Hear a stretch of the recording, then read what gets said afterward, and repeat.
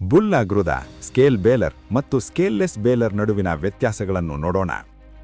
ನೀವು ಪ್ರಸ್ತುತ ನೋಡುತ್ತಿರುವುದು ಸ್ಕೇಲ್ ಮಾದರಿಯ ಬೇಲರ್ನ ಸ್ಕೇಲ್ ವಿಭಾಗ.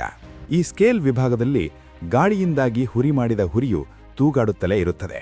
ಹುಲ್ಲು ಪೂರ್ಣವಾಗಿ ಲೋಡ್ ಆದ ನಂತರ ಸ್ಕೇಲ್ ವಿಭಾಗವು ಅಕಸ್ಮಾತ್ತಾಗಿ ಇಳಿಯುತ್ತದೆ. ಅದು ಇಳಿಯುವಾಗ ಹುರಿ ಮುರಿದರೆ ಲಿಮಿಟ್ ಸ್ವಿಚ್ ಒತ್ತುವುದರಿಂದ ಎರಡೂ ಮೋಟಾರ್ಗಳು ಸಕ್ರಿಯಗೊಳ್ಳುತ್ತವೆ ಮತ್ತು ಹುರಿಯು ಎರಡೂ ಚಕ್ರಗಳ ನಡುವೆ ಸ್ವಯಂಚಾಲಿತವಾಗಿ ಎಳೆಯಲ್ಪಡುತ್ತದೆ. ಕೆಳಗೆ ಬಂದು ಅದನ್ನು ಹಸ್ತಚಾಲಿತವಾಗಿ ಹೊಂದಿಸಬೇಕಾಗಿಲ್ಲ.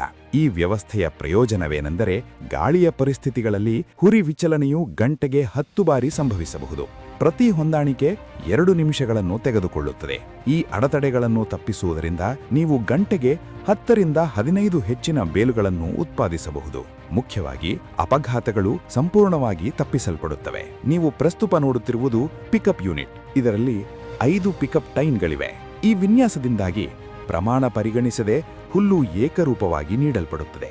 ಇದರಲ್ಲಿ heat treated cam track plate ಇದೆ. ಇದು ಹೆಚ್ಚು ಬಾಳಿಕೆ ಬರುವಂತಹದ್ದು ಮತ್ತು 50,000 ಬೇಲ್ಗಳವರೆಗೆ ಕಾರ್ಯನಿರ್ವಹಿಸುವ ಸಾಮರ್ಥ್ಯ ಹೊಂದಿದೆ. ಪಿಕಪ್ ವೈರ್ಗಳ ಸಂಪರ್ಕ ಬಿಂದುಗಳಲ್ಲಿ ಬೇರಿಂಗ್ಗಳನ್ನು ಕೊಡಲಾಗಿದೆ.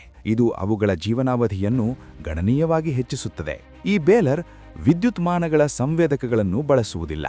ಬದಲಾಗಿ ಇದು 2 ಯಾಂತ್ರಿಕ ಲಿಮಿಟ್ ಸ್ವಿಚ್ಗಳೊಂದಿಗೆ ಕಾರ್ಯನಿರ್ವಹಿಸುತ್ತದೆ.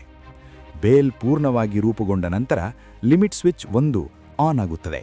ತಕ್ಷಣವೇ ಸಂಬಂಧಪಟ್ಟ ಮೋಟಾರ್ನ ಚೇತನಗೊಳಿಸಲ್ಪಡುತ್ತದೆ ಮತ್ತು ಬೇಲಿಂಗ್ ಪ್ರಕ್ರಿಯೆ ಪ್ರಾರಂಭವಾಗುತ್ತದೆ. ಆನಂತರ ದಾರವು ಎರಡೂ ಬದಿಗಳಲ್ಲಿ ಹಿಂದಕ್ಕೂ ಮುಂದಕ್ಕೂ ಚಲಿಸುತ್ತದೆ. ಮುಂದೆ ಲಿಮಿಟ್ ಸ್ವಿಚ್ 2 ಸಕ್ರಿಯಗೊಳ್ಳುತ್ತದೆ. ಅದು ಆನ್ ಆದ ತಕ್ಷಣ ಹಾರ್ನ್ 3 ಬಾರಿ ಶಬ್ದಿಸುತ್ತದೆ. 3ನೇ ಹಾರ್ನ್ನ ನಂತರ ಬೇಲಿಂಗ್ ಪ್ರಕ್ರಿಯೆ ಪೂರ್ಣವಾಗುತ್ತದೆ. ದಾರವು ಸ್ವಯಂಚಾಲಿತವಾಗಿ ಕತ್ತರಿಸಲ್ಪಡುತ್ತದೆ. ಬೇಲರ್ ಡೋರ್ ಸ್ವಯಂಚಾಲಿತವಾಗಿ ತೆರೆಯಲ್ಪಡುತ್ತದೆ ಮತ್ತು ಬೇಲ್ ವಿಸರ್ಜಿತವಾಗುತ್ತದೆ. ನೀವು ಈಗ ನೋಡುತ್ತಿರುವುದು 5.5 ಮಾದರಿಯ ಗೇರ್ ಬಾಕ್ಸ್. ಈ ಗೇರ್ ಬಾಕ್ಸ್ನಲ್ಲಿನ ಕ್ರೌನ್ ಗೇರ್ ಹೆಚ್ಚು ಬಾಳಿಕೆ ಬರುವಂಥದ್ದು ಮತ್ತು ಸುಲಭವಾಗಿ ಮುರಿಯುವುದಿಲ್ಲ. ಯಾವುದೇ ಧಕ್ಕೆಯಾದರೆ 4 ಮುಂಭಾಗದ ಬೋಲ್ಟ್ಗಳನ್ನು ತೆಗೆದುಹಾಕುವುದರಿಂದ ಅದನ್ನು ಸುಲಭವಾಗಿ ಸರಿಪಡಿಸಬಹುದು. ಅಲ್ಲದೆ ಬೇಲರ್ ಡಿಜಿಟಲ್ ಬೇಲ್ ಕೌಂಟರ್ ಒಂದಿಗೆ ಬರುತ್ತಿದೆ. ಈ ಬೇಲರ್ ಬಗ್ಗೆ ಹೆಚ್ಚಿನ ಮಾಹಿತಿಗಾಗಿ ದಯವಿಟ್ಟು ಬುಲ್ ಆಗ್ರೋವನ್ನು ಸಂಪರ್ಕಿಸಿ.